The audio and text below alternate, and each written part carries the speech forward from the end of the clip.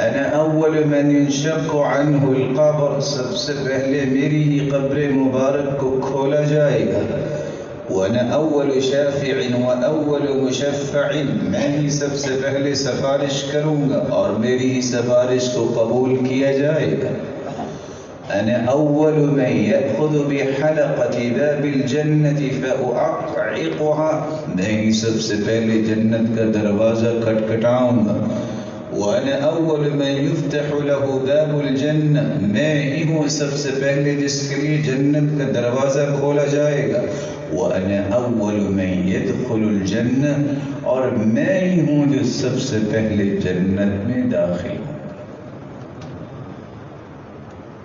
یہ وہ ہستی ہے جس کے آپ امتی ہیں، جس کے بارے میں اللہ کے رسول نے فرمایا انا آخر الانبیاء وانتم آخر الامم.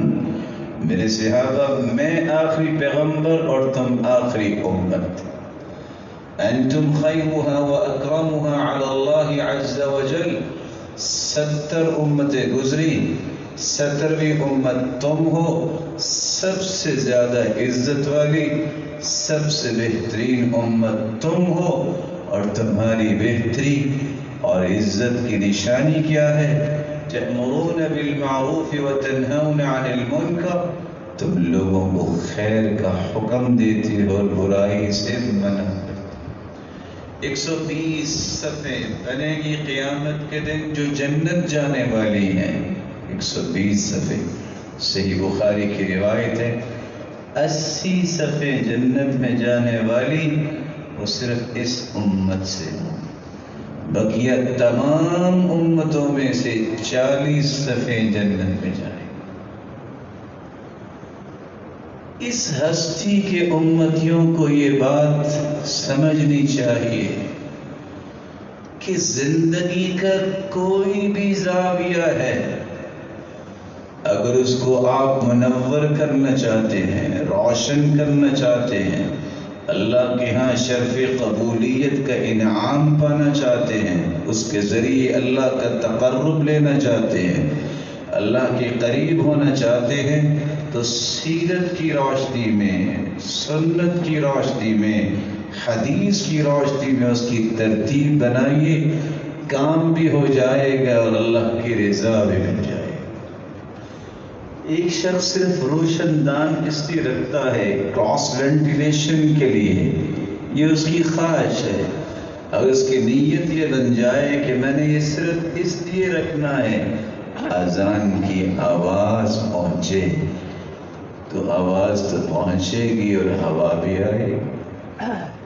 اس لیے علماء یہ لکھتے ہیں العلم تجارت العالم، علم جو ہے یہ تجارت ہے علماء کی. کیسے؟ ایک شخص نے وضو کے 2 نفل پڑھنے ہیں، ایک شخص نے مسجد میں آ کے اس نے تحیت المسجد پڑھنی ہے، ایک شخص نے ابھی مسجد میں آ کے ظہر سے پہلے اگر ظہر کی نماز پڑھنی ہے تو کو 2 سنتے کو 4 سنتے پڑھنی ہے. عالم کو چونکہ اللہ نے علم دیا ہوتا ہے وہ نیت کرتا ہے، پڑھتا ہے 2 رکعتیں، نیت اس کی کیا ہے؟ یہ سنتیں ہیں، تحیت المسجد ہے، وضو بھی کر کے آیا ہوں اور یہ وضو کی بھی 2 سنتیں ہیں. پڑھتا 2 ہی ہے، اجر 6 رکعتوں کا لے جاتا ہے کیونکہ اللہ نے علم کی نعمت سے نواز رکھا.